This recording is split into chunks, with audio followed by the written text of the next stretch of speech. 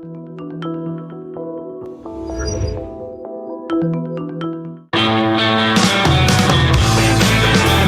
is the Gerry Callahan Show.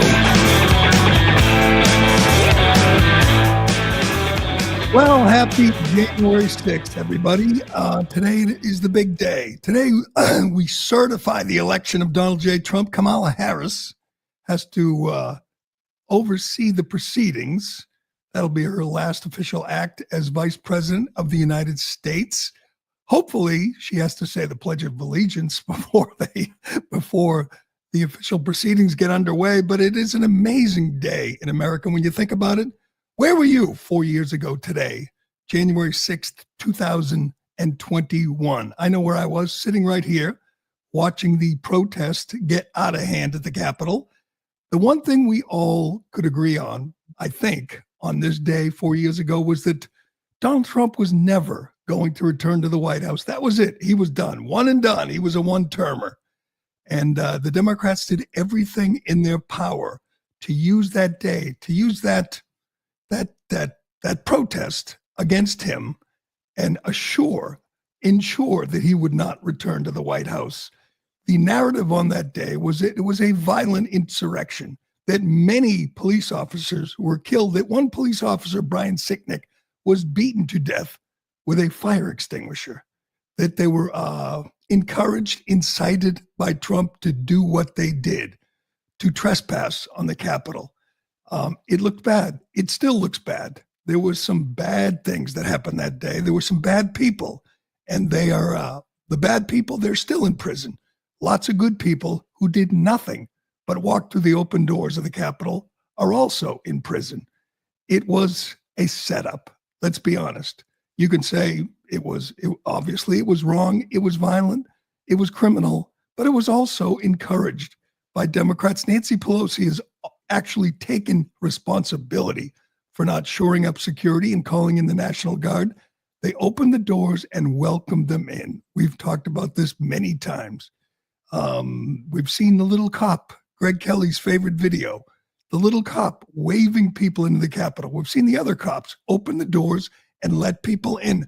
They escorted the Viking man, Jacob Chansley. They escorted him around the Capitol, and he spent 10 months in solitary confinement for getting an escorted tour around the Capitol. He was eventually freed when the video was released. He was sentenced to 41 months for nothing. Lots of guys were sentenced to prison time for nothing. If you followed the case, you know, we all know, it was intended to stop Trump, to end Trump's hopes and dreams of returning to the White House. Almost all the narratives were lies. They weren't going to hang Mike Pence. That wasn't going to happen. It wasn't an armed insurrection. These were people who owned guns. These were gun people. And nobody was arrested in the Capitol with a gun. Nobody was charged with insurrection. It wasn't, not even Donald Trump was charged with insurrection. Well, in 14 days, these people will be pardoned. Their sentences will be commuted. And they should be, all of them, even the violent ones, because they've already spent 3 years, 3.5, 4 years in prison. In this day and age, I would say that's a fitting sentence, even for those who broke windows or shoved cops or pushed barriers. I think he has to make a blanket pardon, especially after what we've seen Joe Biden do on his way out of the White House. But if you don't remember what it was like back 4 years ago, it was hysterical. People were overreacting, and we believed it. We were buying it. We thought, man, they killed a cop with a fire extinguisher. That's what all the news media reported.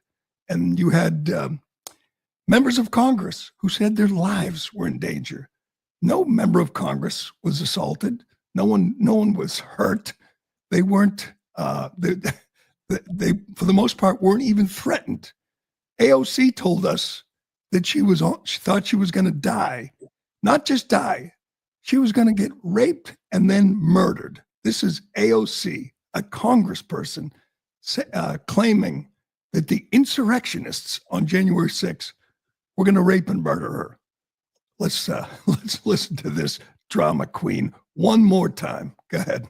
I didn't think that I was just going to be killed. I thought other things were going to happen to me as well. So what sounds like what you're telling me right now is that you didn't only think that you were going to die, you thought you were going to be raped. Yeah. I thought I was.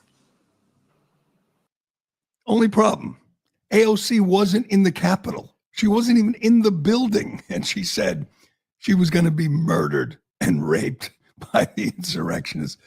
This morning, Jake Auchincloss, a Massachusetts congressman, went on CNN and said multiple police officers were murdered that day. 4 years later, we know it's not true. And they are just sticking to the narrative that failed. That day, everybody was convinced they would stop Trump. Here we are 4 years later on the day, on the anniversary, and Trump will be certified today and he will take office in 2 weeks. I would say that's the biggest fail in American political history. They thought they had him. They thought it was over. They thought they were going to put him in jail. When you think about it, the efforts they took since that day, these last 4 years, and certainly we've gone over them, they were going to stop him in any way possible, charge him with 93 crimes, convict him, sue him, bankrupt him, shoot him, keep him off the ballot.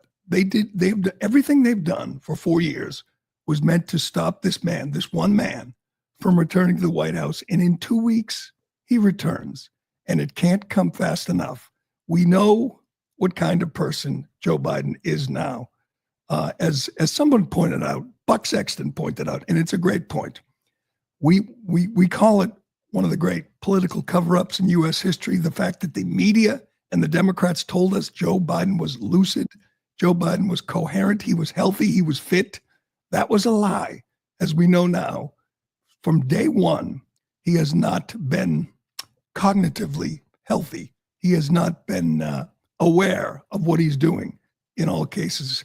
He couldn't hold meetings with his cabinet. He couldn't function. He had good days and bad, said one insider to the Wall Street Journal. That was indeed a great cover-up. But you know what? Another great cover-up is that Joe Biden was a good and decent man.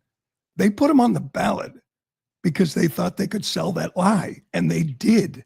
They sold us that lie. They told us, first of all, that he was a moderate, good old Joe, could work across the aisle. He wasn't one of those left-wing extremists like AOC or Bernie Sanders or Liz Warren. No, Joe was a moderate, just a good old guy. He knows Washington. First of all, he's not a moderate. He might have been once upon a time, not anymore. Look what he's done in the last 4 years. Spent $28 trillion, leading to inflation. He opened the border, which is the most egregious thing a president has ever done. Opened the border and allowed the invasion of this country. That is treason. Let's be honest. Joe Biden is treasonous for what he's done to this country. But one other thing we have to acknowledge, he's a bad guy. And I know I've said it many times. He is not a good man. He's not a good human being. He's a nasty, bitter, old, and vengeful old man. And we knew he was not going to go out with any dignity. We knew he would not go out with any decency. And we've talked about it. He pardoned or commuted the sentences of 1,500 people a couple of weeks ago, some of the worst people in the world. I'm not talking about just Hunter Biden and the blanket pardon he got after Joe Biden said for 6 months he wouldn't pardon him. He pardoned or commuted the sentences of murderers, of rapists, of just the worst scum in the world. And he's done many, many other things. Today, they're celebrating he's going to bring an end to offshore drilling. Hopefully, Trump can reverse that ban. That's just another sop to the far left climate crazies. But what we saw Friday, after we did the show Friday, I sat here in disbelief, just in amazement, the arrogance, the defiance of this terrible human being. I know I've said it many times. I have to say it again. A new low. This is it. I know tomorrow is a new day, and there'll be more new lows from this low down, dirty, filthy, corrupt old crook. But I was just stunned. Even knowing what kind of guy he is, I was stunned at what we watched Friday. Joe Biden gave the Medal of Freedom, the highest honor a private citizen can get in this country, a medal that used to mean something. Now, there's been lots of people who have gotten the medal, and you say, what did they do? Lots of athletes. Magic Johnson was on the list of 19. That's fine. Give Magic Johnson, whatever. It normally doesn't upset me. It's a political thing. This upset me. This is incredible to me. Joe Biden, among the 19 people who got the Medal of Freedom, Hillary Clinton, who we know who committed many crimes. We know she obstructed justice, destroyed evidence. We know she concocted the Russia hoax. We know she left 4 brave Americans to die in Benghazi and then lied about it. Here's Hillary Clinton receiving this honor. This isn't an honor anymore. This is a joke. Among the many things Joe Biden has ruined is the Medal of Freedom. It is no longer an honor. It is a joke. But that was bad. I'll say this. This was bad. What are you even honoring her for? What did she do? But forget Hillary. I can live with that. George Soros. Someone has to help me out with this one. George Soros has done more to destroy this country than any living human being. I mean, you could make the case he's done more to destroy this country than bin Laden. He is the cause of so many of the problems we have in this country today. We know about the George Soros DAs that he's gotten elected in all the big cities in Philadelphia, Chicago, Los Angeles, San Francisco, where they stopped prosecuting crimes. 40% of the murders in this country in the last 4 years have been committed in jurisdictions with George Soros DAs, Gascon and Kim Fox and Krasner. These are people he installed, and they proceeded to allow their cities to turn into violent hellscapes. That man got the Medal of Freedom. The protests we see today, the pro-Hamas protests, funded by George Soros. The George Floyd protests, the violent protests that cost this country, that ripped this country apart, financed by George Soros. That man got a Medal of Freedom from the President of the United States. It's just mind-boggling. This is his son, this little rat, Alex Soros, stood in for his father, who's not well, who's 95, I believe, and is probably not going to be with us much longer. And that's a good thing. It is just breathtaking. The efforts one man has taken to destroy this country from within. And when you understand just how devious and duplicitous he is, he bought off the media, which is incredible. He didn't just buy DA's offices. This is from the New York Post. Soros bought off the media. His nonprofit empire counts top-line journalists at NBC, The Washington Post, and Reuters on its various boards.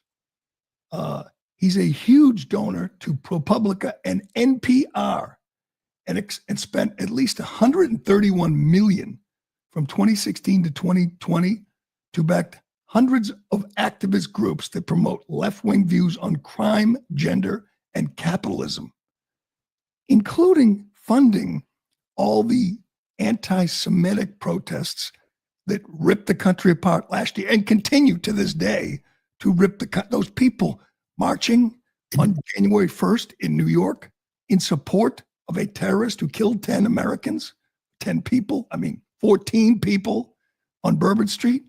He paid for that.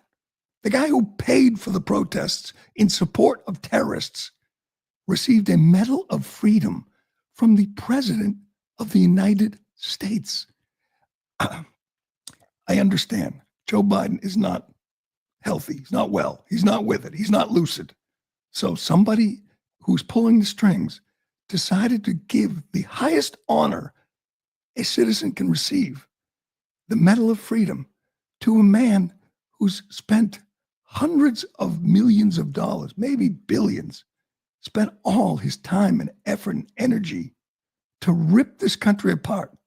And he was honored in the White House. I mean, I'll say it again. We have 14 more days. Who knows what's going to happen? And I knew Joe Biden would not go out with any dignity, but this is just beneath. This is just the most outrageous, most despicable, disgraceful thing this angry, bitter, bad man has done. This is just shameful. I don't know if Donald Trump can revoke this, but he should try, just for symbolic reasons. Say, no, you want to give it a Hillary and Mitt Romney's father, go ahead. You're not giving a medal to George Soros. He is an evil man. Hell, they're both evil men. I think it's not overstating the case. Joe Biden is an evil man when you think about it, and an angry man, a bitter man who is determined to do as much damage to this country in the next 14 days. Has done a lot of damage in the last 4 years. And we will look back in shame that the man ever occupied the White House. And we will look back in shame, the media at least, that they ever told us he was well and he was decent. We have Joe Biden yesterday claiming that he's met more world leaders. I think he's asked about being able to beat Trump. He claims he could have beaten Trump, which is ridiculous. I mean, the guy's not well now. He's not going to be around 4 more years. The idea that he could have served 4 more years is just comical. But here he is, showing his true colors on the way out the door. Go ahead. I being the oldest president, I know more world leaders than any one of you ever met in your whole goddamn life. It's slipping. The mask is slipping. The veil is coming down. He was never a decent man, and now he's a bad guy with dementia. And you know what that does? That exposes people. They get cranky. They get snippy. They get angry. That's the guy who spent the last 4 years trying to rip the country apart, and he is gone, and it's a wonderful thing. And Kamala Harris will be certifying the election today, which is not just fitting and it is justice. That's what's happening today, January 6th, in the nation's capital, and it is glorious. All right, we got much more to get to. We got to get to Kamala, who is not going out with a lot of dignity either. Man, the idea, the notion that this woman could have served as commander-in-chief is just silly. Honest to God, just ridiculous. We'll show you the latest Kamala gaffe. Oh, man, we got a lot to get to on this day, January 6th. What a day. We'll be right back. Excuse me. All right, small business owners, listen up. If you're tired of losing money to credit card processing fees, we've got something you need to hear. With 24/7 payments, you can eliminate up to 99% of those fees thanks to their fee elimination program. Here's how it works. You pass the processing fees on to customers who pay with credit cards, and in return, you can offer them a discount for paying with cash or debit. It's a simple, effective, and fully compliant way to save thousands every month. Right now, 24/7 Payments is switching over 250 businesses every month to this program, and they can have you set up in less than 24 hours. Call 855-504-0799 today or visit them on the web at 247payments.com. That's the numbers 247payments.com. I have a new favorite soccer player. In fact, my first ever. I've never had a favorite soccer player. Lionel Messi was one of the 19 people who were supposed to receive the Medal of Freedom. He said, no thanks. Not only did he not show up to accept it, he didn't even send someone in his place. He just said, not interested, and didn't show up with Hillary and Alex Soros and Bill Nye. Bill Nye. He got a Medal of Freedom, Bill Nye, for pretending to be a climate scientist. He doesn't have any particular pedigree in climate, but all he does is scare children. That's his job, scare children into thinking the world is going to end if they use plastic straws, and putting those ideas in their heads. Well, he was honored. This clown, this absolute fraud, Bill Nye, the science guy. He got the medal too. You know what? The Medal of Freedom, like everything else, has been destroyed by Joe Biden. But 14 more days. Can't wait. Man, we got a lot going on the next 14 days. I'm still most excited about Tom Homan doing his job. We'll get to that, but let's do Kamala. Kamala Harris was presiding over the Senate in her final days. In her final days of relevancy, I know she'll be mentioned as a candidate in 2028 and maybe a candidate for. She's never going to hold office again. She can't. I love these polls. They have polls now where she's beating J.D. Vance by like 1 point, which is just, she will never face J.D. Vance. She could never get through the primary. She couldn't when she was on her own in 2019. She didn't even make it to the first primary. She was polling at 2% and dropped out before Iowa. She couldn't beat, wouldn't finish in the top 8 of a Democrat primary. She won't face J.D. Vance. She will never be president. She won't even be a candidate. But here she is presiding over the Senate, and they opened the proceedings with the Pledge of Allegiance, to the flag, and she can't even do that. Watch this. Join me in pledging allegiance to our flag. Pledge allegiance to the United States of America. You know what? I hadn't said the Pledge of Allegiance in 40 years, and I said I could do it. I mean, it's the one thing any American could do. But in her defense, she spent her childhood in Montreal, so she probably didn't say the pledge like most of us did 10,000 times.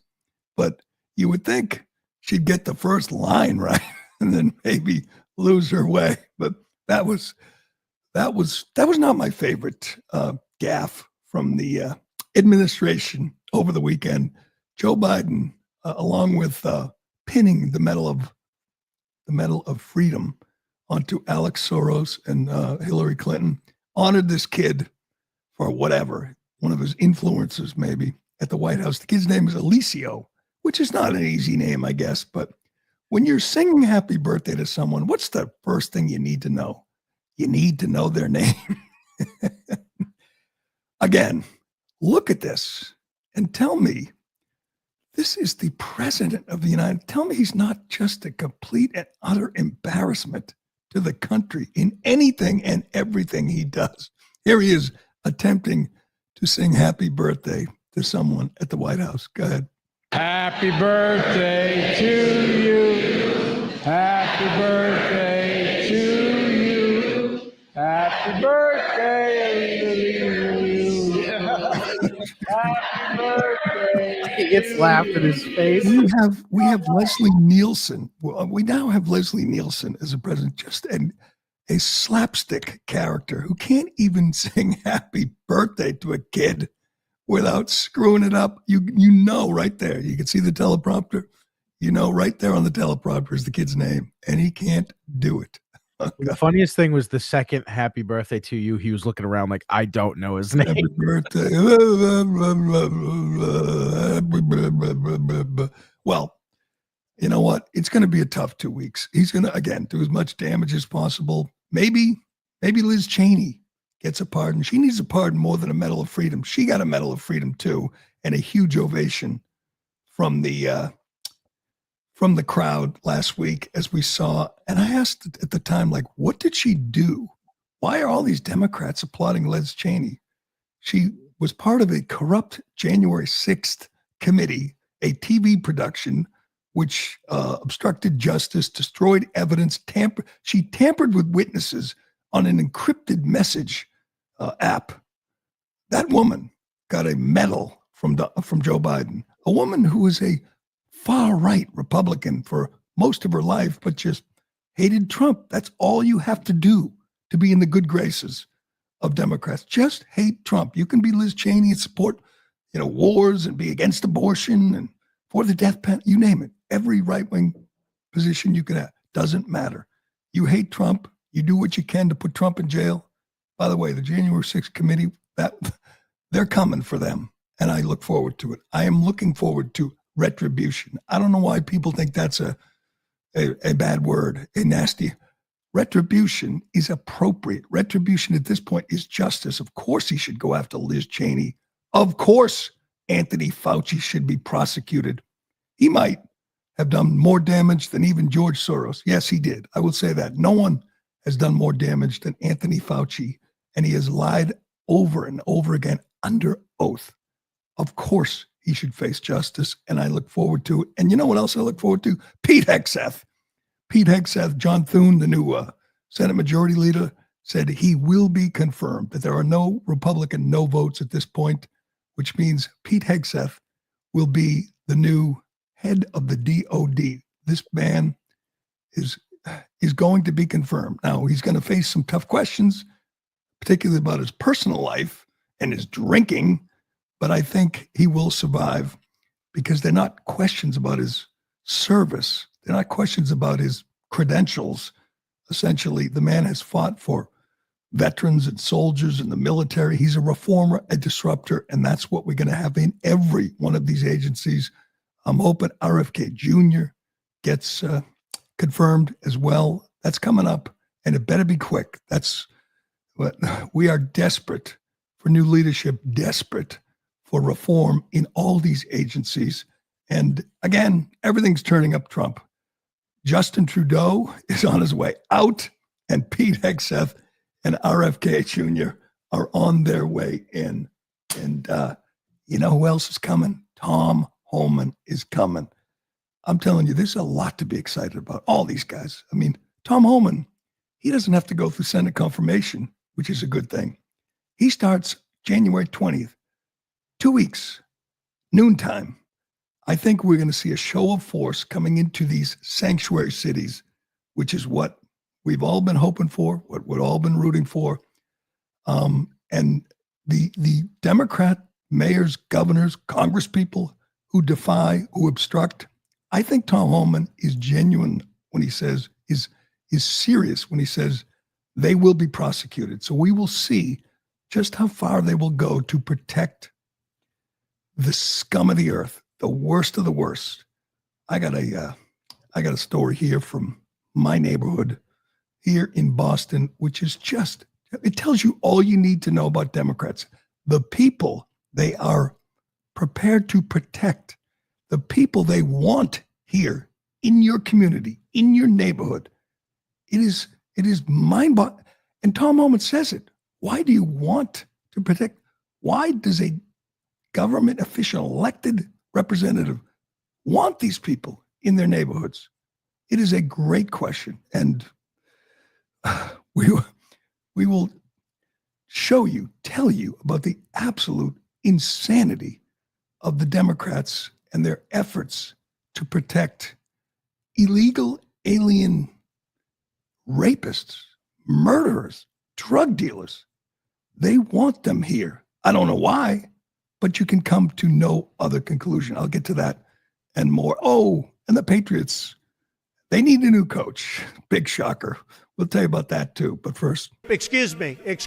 are you looking to cut costs and improve your business's bottom line? The best business operators have turned to Ramp to help them stop wasteful spending and improve their finance operations. Ramp is the corporate card and spend management software designed to help you save time and put money back in your pocket. With Ramp, spend policies are built into the card so you can prevent wasteful spending before it happens. You can customize spending limits and restrictions so employees are empowered to purchase what your business needs and you have peace of mind. Ramp plays bad cop so you don't have to, detecting policy violations, chasing missing documentation, requesting repayment, and locking down cards of non-compliant employees. Ramp helps you manage all your finance operations in one place. Card expenses, reimbursements, vendor payments, accounting automation, and a whole lot more. So you can see all your business spending in one place. And now get $250 when you join Ramp. Just go to ramp.com/Gerry. Ramp.com/Gerry. That's RAMP.com/Gerry. Card issued by Sutton Bank, member FDIC. Terms and conditions apply. Get $250 when you join Ramp. Go to ramp.com/Gerry.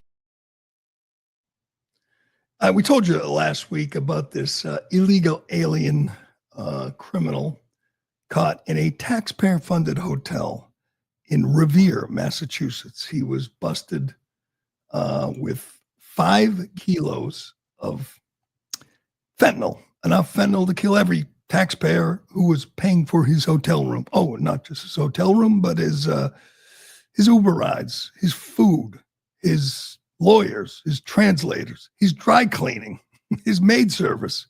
You know, just like the founding fathers intended, your tax money, my tax money, goes to pay for illegal alien criminals, gangbangers, pay for their hotel. They get in Massachusetts, as we've talked about, they get $64 a day. That's almost $2,000 a month. Each illegal alien. So a family of 4 gets $8,000 a month for food. That doesn't include their room and their maid service and their Uber and every other benefit.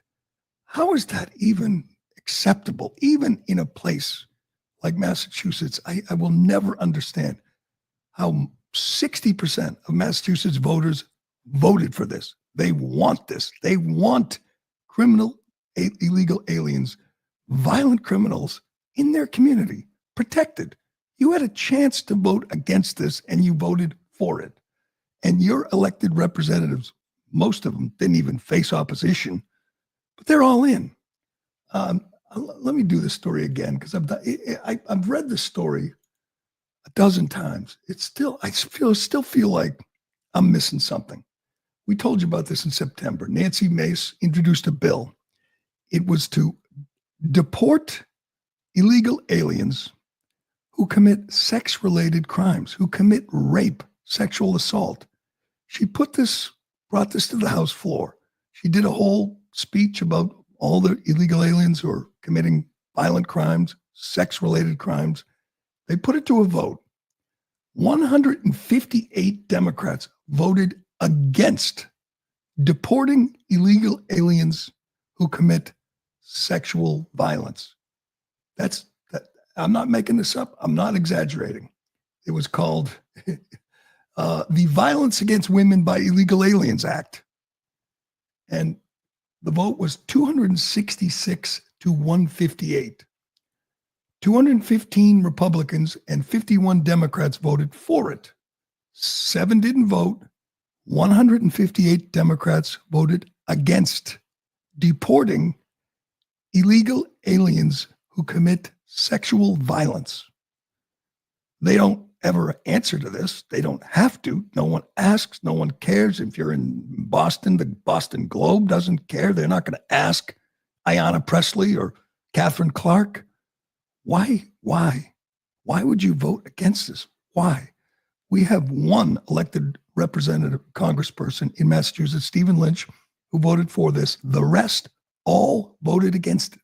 They don't want to remove illegal aliens who commit violent crimes. They don't want them out of your neighborhood. That's who is representing you in Washington. It's simply infuriating and insane. But that's where we are with Democrat Party.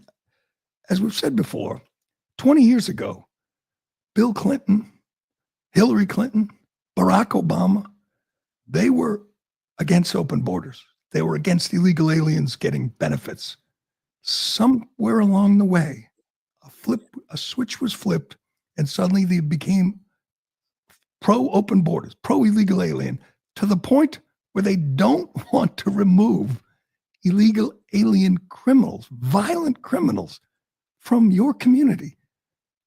back to the guy, Leonardo something, illegal alien, busted in a Revere hotel, a Quality Inn, which was paid for by you and me, caught with 5 kilos of fentanyl and an AR-15. And these Democrats who are so against guns, illegal guns, scary AR-15s, weapons of war. Not a word from any Democrat about this. Not a word from the governor, from the congressman, from the congresswoman who represents that community. Catherine Clark is the minority whip, high-ranking, powerful Democrat. I looked it up. She lives 3 miles from the hotel where they caught this guy with 5 kilos of fentanyl. Fentanyl kills kids, kills hundreds of thousands of Americans.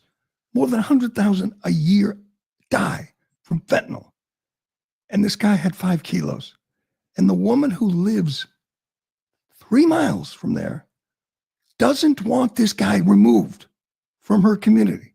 Doesn't say a word about it. Doesn't have no outrage, no nothing. Here she was over the weekend talking about Democrat priorities, about what they can do in this new House where Republicans control by 1 vote, by 1, majority of 1, which is going to be difficult, and especially difficult when you have crazy people like this in the House who don't want, okay, I'll say it again, don't want violent, drug-dealing, illegal aliens removed. They don't want them deported. They don't want Tom Homan coming to Revere and saying, this guy's got to go. Listen to this person. Democrats are here. We are ready to support Hakeem Jeffries. But more than that, we are ready to fight for the issues that the American people want us to focus on.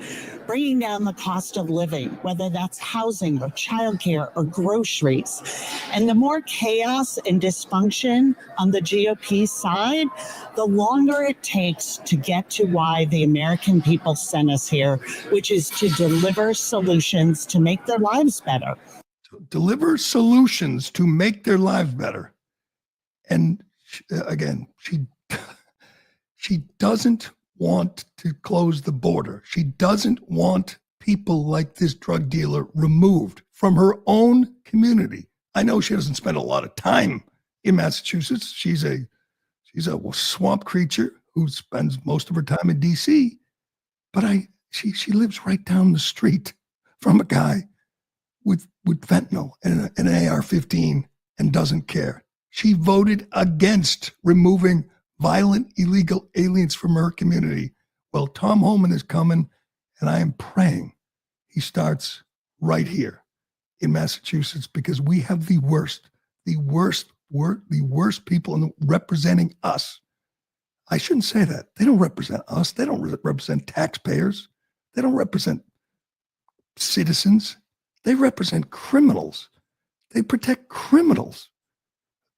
We have lost our way as a country, at least in blue states. We have lost our way. We elect people who prioritize illegal aliens. We spent over $1 billion in one small state last year on hotels and food and lawyers and translators and Uber rides and baby bassinets and cribs. They get those free too. Just like it says in the Constitution, illegal aliens get everything.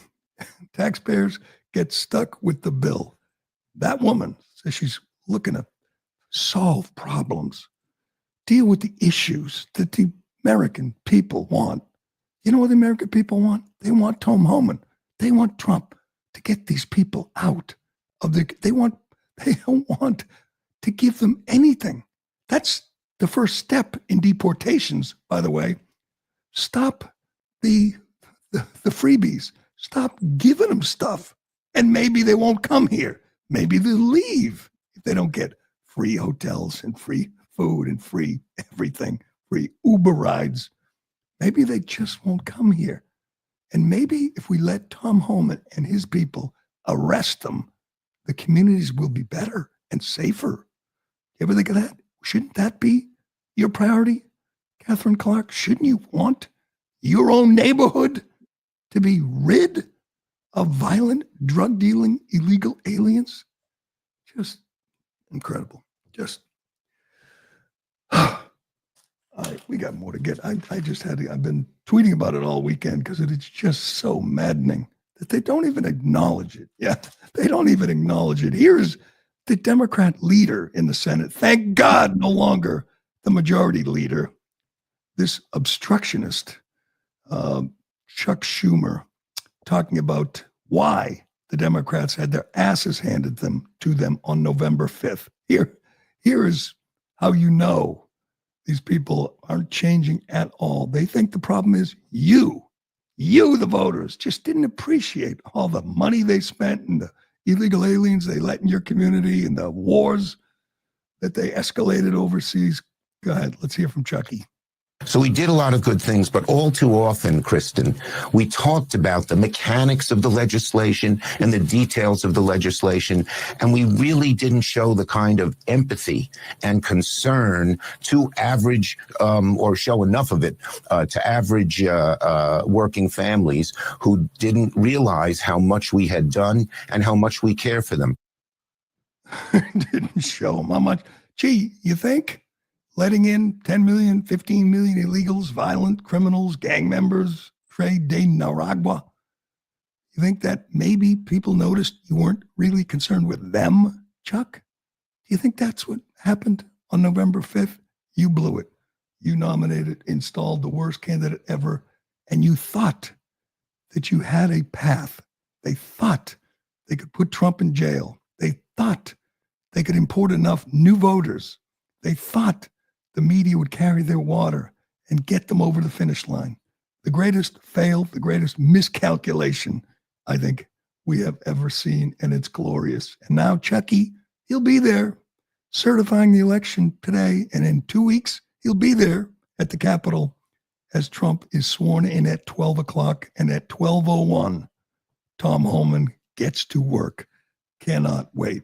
All right, we got to get to, oh man, what are we going to do here? Let's do the NFL.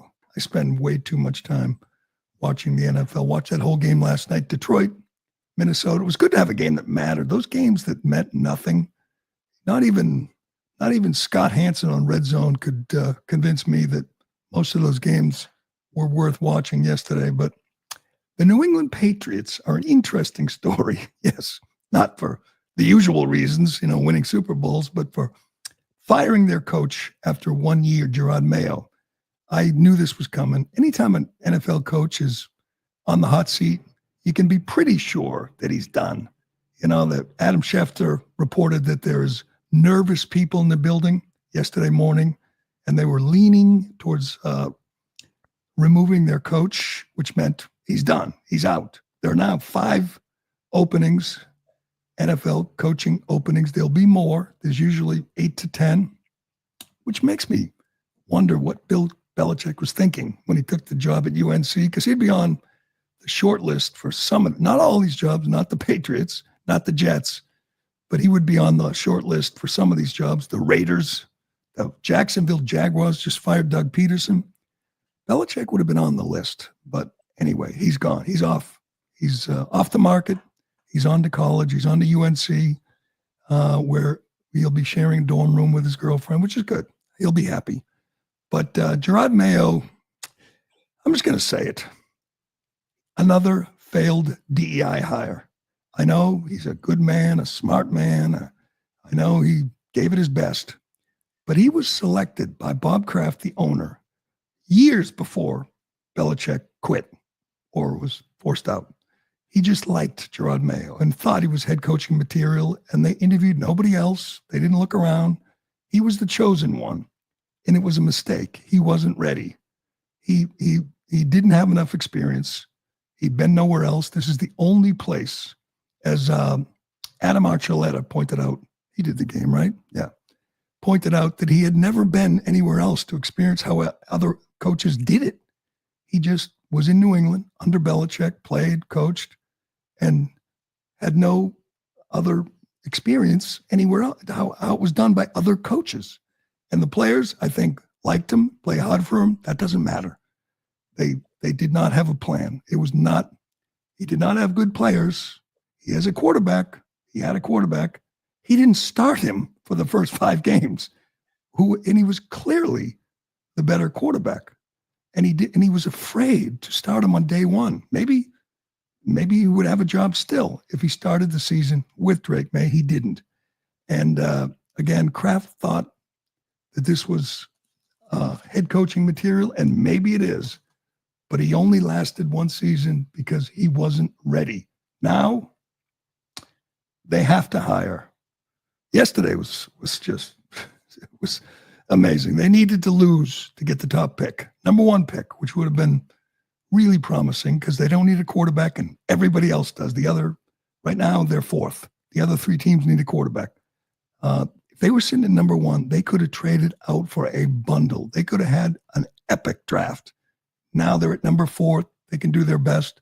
Last year they had a disastrous draft other than May. They still have the same GM, Elliott Wolf. We'll see if he lasts. He may not. But now they will hire Mike Vrabel, I think. Why didn't they do it last year? Why wasn't Vrabel the choice last year? Vrabel took the Tennessee Titans to the AFC Championship game.